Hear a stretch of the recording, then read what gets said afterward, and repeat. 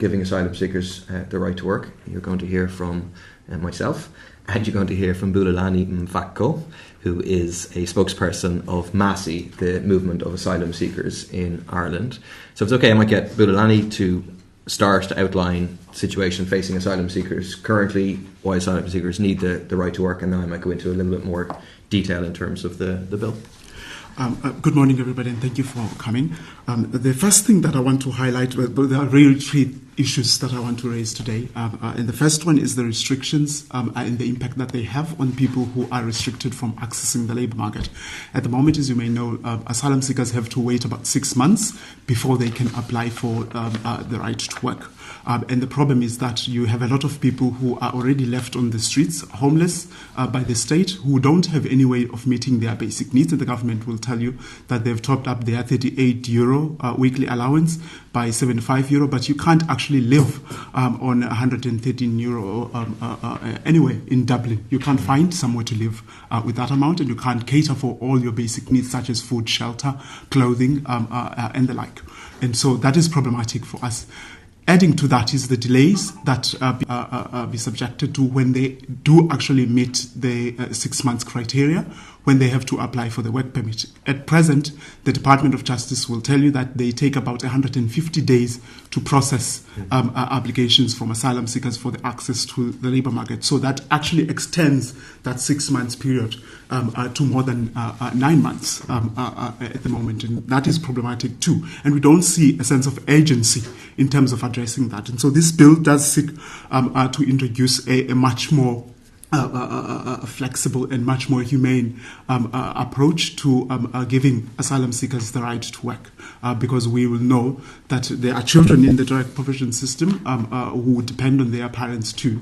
When they have needs at school, for instance, they go to the same school as every other child in Ireland, and they have the same needs as every other child in the state. And when they have to ask their parents for things like that are needed for sports clubs and other extracurricular activities, they simply can't meet those needs if they are not allowed to work. And that's problematic, and we need to address that, because we want a state, ideally, that cherishes all children and does not draw a distinction on the basis of where the child comes from or their immigration status in the country. And that's the other problem that we have is the poverty that asylum-seeking children experience while they are in the direct provision system, having to make do with the petty weekly allowance that the government gives them. It's also important that we've had numerous reports from the government, the first being commissioned by the government themselves, reviewing the expenditure on the direct provision system, and they actually found that it is actually cheaper to treat asylum seekers no differently to the way the state treats Irish nationals in terms of accessing public service, as opposed to keeping them in the direct provision system. We had a second report in 2020 by the Catherine Day Advisory Group, which was set up by the then Minister for Justice, Minister Charlie Flanagan. That report was embraced by the government, and they made a number of commitments, and including ensuring that asylum-seeking children have access to a payment equivalent to the child benefit. We're not hearing any news from the government in terms of progressing that. We also had a report in that report, in the same report, Catherine Day report. We had a recommendation on the right to work, which sought to lift some of the restrictions. In fact, it called for the waiting time to be reduced to 3 months. The government has not implemented that. Those are simple things that the government could do today or tomorrow if they woke up and had the commitment and will to do it, but those things have not been done, and that's the problem we are faced with today.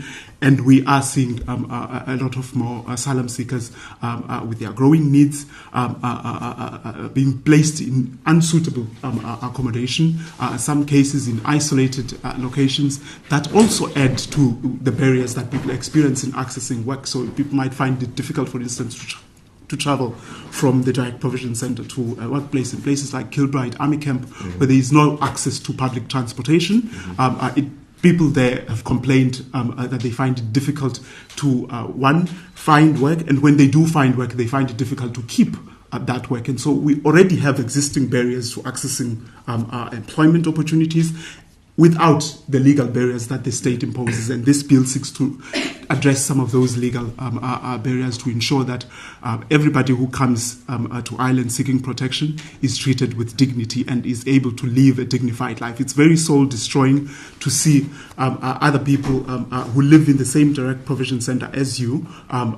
You might be sharing a room with them, waking up and going to work, and you are reminded every day that you are not allowed to work, and you see the improvements that work life brings in their life, in their self-esteem, the confidence that they have, and their self-worth. And you constantly then have that depressive state for some people. Very sad that you have a government that finds it very comfortable to discriminate amongst an already vulnerable and marginalised community. And I'll pause then. We might take them questions after. Thanks, Ben. Bulelani.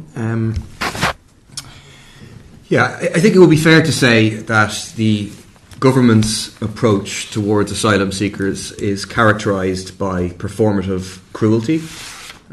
It is cruelty designed to centre the issue of migration. It's cruelty designed to problematise the issue of migration.